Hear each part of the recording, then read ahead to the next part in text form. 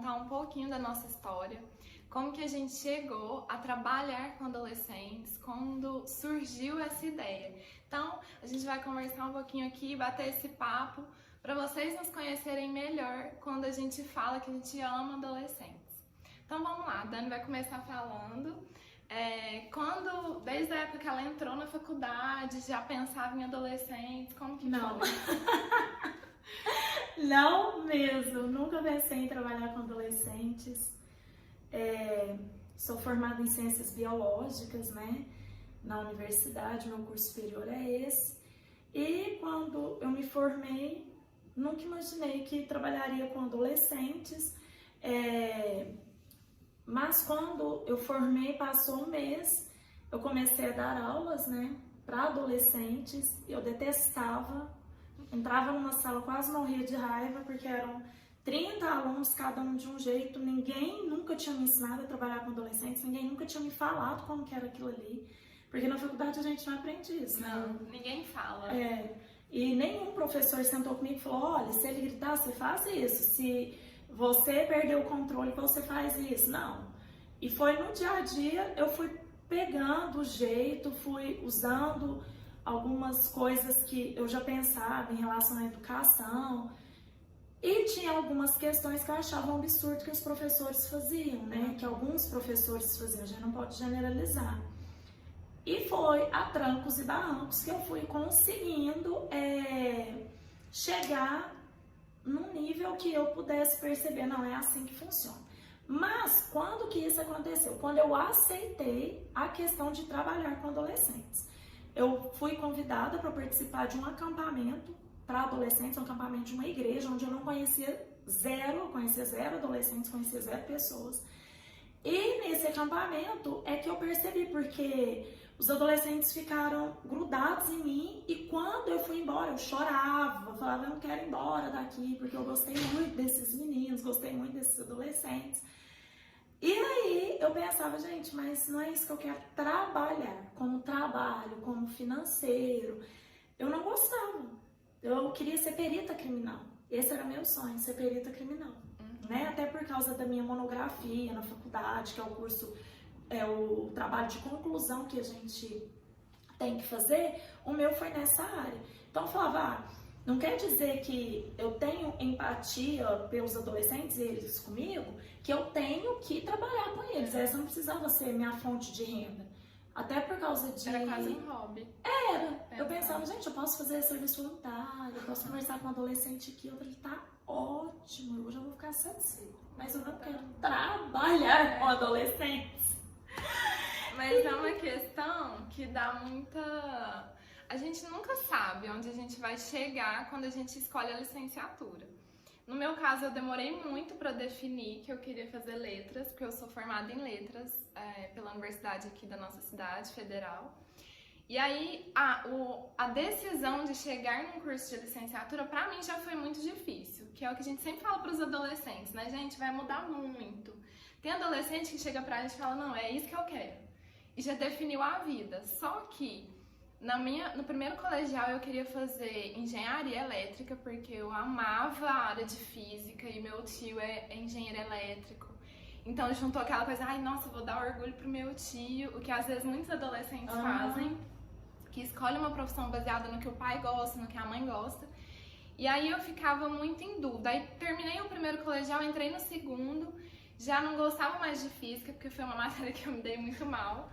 E aí eu pensava: gente, eu vou pra área da saúde, que minha mãe é enfermeira, e eu pensava em enfermagem. Mas ao mesmo tempo eu falei: se eu quero enfermagem, eu faço medicina. Eu tinha aquela ideia. E aí, beleza, eu fui na medicina, pensando em medicina. No terceiro colegial, eu já que era a hora da pressão, que você fala: eu tenho que decidir, o que é uma coisa horrorosa. A última hora, né? Porque eu tinha 16 anos, então eu falava: gente, eu tenho que decidir o que eu vou fazer pro resto da minha vida. E era um tormento. E aí, o que eu fiz? Eu ficava analisando vários cursos. Na época não tinha coaching vocacional, não tinha... Era só aqueles testes vocacionais que você faz com o psicólogo, e pra mim não ajudava, porque eu tinha uma tendência a ir para uma área. E aí, o que eu fiz? fui excluindo, fui lendo sobre os cursos, fui conversando com gente que gostava. Mas era uma adolescente. Pois é, gente, era uma adolescente. Você pensava, vou trabalhar com adolescentes. Exatamente, nunca. Então, assim, quando eu fiz a decisão mesmo, foi muito pela postura dos meus pais. Porque meu pai, ele chegou pra mim e falou: olha, você vai decidir o que você quer, o que você gosta, esquece a opinião das pessoas. Porque eu sempre gostei de ler, sempre fui muito bem em português, literatura, redação. Então, era uma área que era minha paixão. Mas eu falava, gente, eu vou ser professora. E o preconceito de ser professora é muito grande. Então, só quem escolhe licenciatura sente esse preconceito.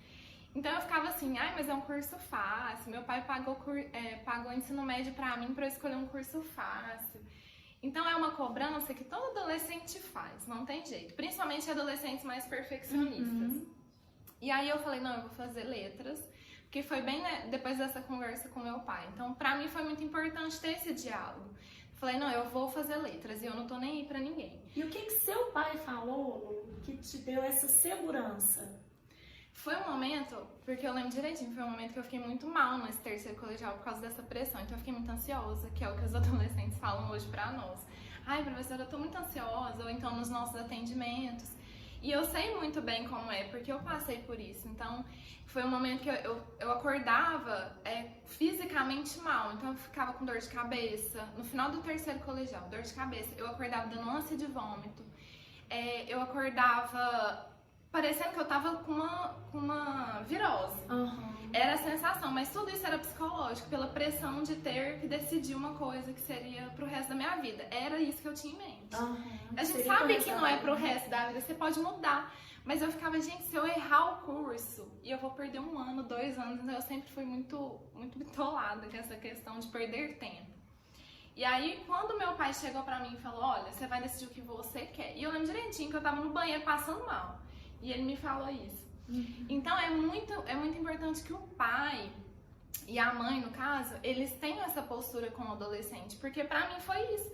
E eu nunca esqueci. O apoio, né? Porque eles poderiam ter falado assim, não, eu quero que você faça isso porque eu quero que você seja médica. E a gente escuta isso. Adolescentes falam, não, o sonho do meu pai é que eu faça medicina. Mas é o sonho do seu pai ou é seu sonho? Então, assim, é muito forte, é muito séria a decisão. Então, quando meu pai falou isso, parece que tirou um peso das minhas costas. Nossa, eu vou ter o apoio independente do curso que eu faço. Porque quando você tem esse apoio, principalmente dos pais, parece que você se sente livre. Exatamente. Você fala, gente, eu sei que se não der certo, meu pai e a mãe, eles estarão ali. Né? Só que eu não conseguia também, nesse caso dessa pressão do vestibular, eu não conseguia chegar para os meus pais e falar, olha, se eu tiver o apoio de vocês, eu vou poder escolher de uma forma mais tranquila. Mas como eu também, já nessa fase do vestibular, já tinha 2 anos e meio que eu estava tentando vestibular. E aí chegou no último ano, eu falei pra minha mãe, se eu não passar agora pra biologia, porque era um curso onde eu ia poder conhecer sobre várias coisas, que eu gostava de tudo, eu gostava de planta, eu gostava de gente, eu gostava de bicho, e era um curso que me proporcionava isso. Falei pra minha mãe, olha, se eu não conseguir, essa vai ser a última vez, eu vou fazer ciências contábeis. Nada a ver. Mas é porque eu pensava, eu preciso trabalhar pra eu ajudar minha mãe. E não era uma cobrança deles. Sim, é uma Eles nunca cobraram isso de mim. Aí minha mãe falou, olha, você vai fazer o que você gosta. Se você não se importar com as condições que a gente tem pra te oferecer. Exatamente. Então, assim, isso me deu aquela paz de saber... Nossa, minha mãe já tá sacrificando tanto e mesmo se eu não passar, ainda posso fazer o que eu gosto, que ela tá ali, né? Então, isso dá uma tranquilidade e foi uma coisa sincera da parte dela. Não foi assim uma coisa só para me tranquilizar, mas foi uma questão que eu sabia que ela estaria ali, né? Eu sabia que ela estaria presente, que eu tinha esse suporte dela. Isso é muito forte pra gente, né? Pro adolescente, porque na adolescência a gente não tem consciência direito das questões da vida. A gente sabe o que quer, mas não sabe a consequência que aquilo ali te gera. A gente não sabe que os frutos que a gente vai colher. A gente quer porque é a paixão, porque é a vontade. Então, quando você tem aquele adulto, principalmente os pais, aquilo ali é muito significativo, é muito forte para a vida do adolescente, né? E aí foi isso, eu decidi, fiz o Paiês na época, que era um programa seriado que a gente tinha aqui na cidade. Passei no outro ano, cheguei a fazer o vestibular, porque a gente não sabia se tinha passado. E aí fiz e entrei na faculdade de letras. E no primeiro ano eu já falei, gente, é isso que eu queria.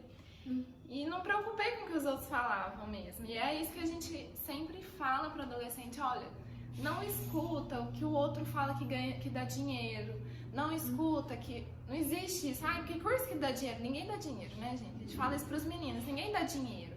Você vai conquistar de acordo com o que você ama fazer.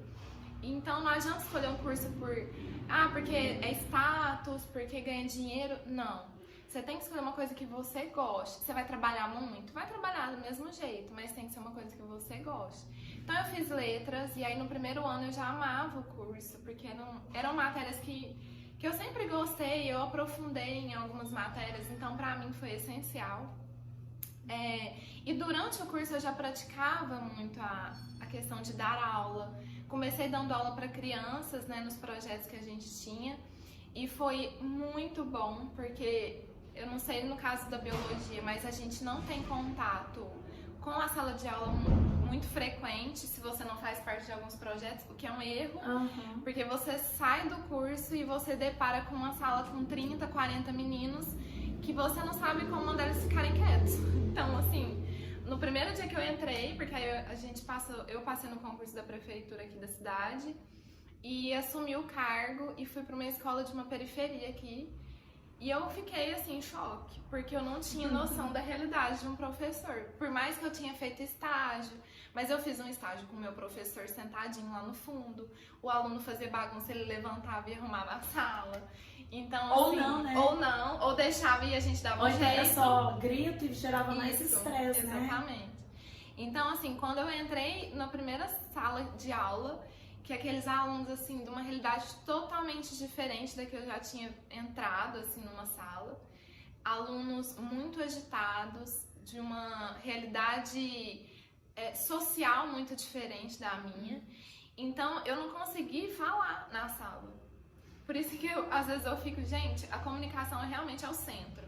Porque a gente não aprende a se comunicar com alunos na faculdade, o que é um erro gigantesco. E eu entrei numa sala, no dia lá eu tinha 5 aulas seguidas, em turmas diferentes. Das 5 aulas eu consegui abrir minha boca para me apresentar em 2. Nas 3 eu ficava assim, gente, senta, oi, senta aí, fica caladinho. Então assim, pra quem nunca entrou numa sala de aula, gente, vocês não têm noção do terror que é quando você não tem controle. E só um professor consegue mensurar isso que eu tô falando. É um desespero tão grande. E eu tinha, na época, 21 anos. Eu tinha acabado de me formar. E eu entrei nessa sala e eu ficava, gente... E eu cheguei em casa totalmente rouca, sem voz. E eu não gritei. Só do esforço que eu fiquei fazendo o tempo inteiro. Pra eles Pelo menos sentar. Eu não conseguia que eles me olhassem. Então, assim, foi muito frustrante aquele dia. Eu saí da escola chorando, eu fui pegar o ônibus e eu tava chorando, porque eu falei, gente, por que eu fiz faculdade? E eu me senti um lixo, que eu falei, eles não me deram atenção. E eu sempre fui aquela professora empolgadíssima. Então, eu entrei na faculdade pra falar assim, eu vou mudar o mundo com a educação. Toda pessoa que gosta do que faz na educação, gente, entra assim. E as pessoas, elas te desanimam, porque quando eu entrei... Os professores falavam assim, você vai pegar tal turma, boa sorte. Justamente. Então, assim, o ambiente da educação é muito difícil. E são pessoas que já estão lá há 20, 30 anos e a gente reconhece, a gente cansa mesmo. Mas o tanto que uma fala pode mudar, assim, a cabeça de alguém. Eu não mudei por causa disso, porque eu gostava muito, eu sempre tive muita certeza. Mas se fosse qualquer outra pessoa, ela tinha desistido, ela tinha entrado no ônibus, pegado o caminho da prefeitura, exonerado e nunca mais voltado. Que é o que acontece, né? Sim. Muitos profissionais acabam fazendo isso. Então, assim, nesse primeiro dia foi muito frustrante. Eu fiquei, meu Deus do céu, o que eu vou fazer? E na época eu tinha entrado no mestrado e eu já tinha bolsa do mestrado. Então, eu tive que optar, ou eu ficava com a bolsa, ou eu ficava com o meu salário do cargo público.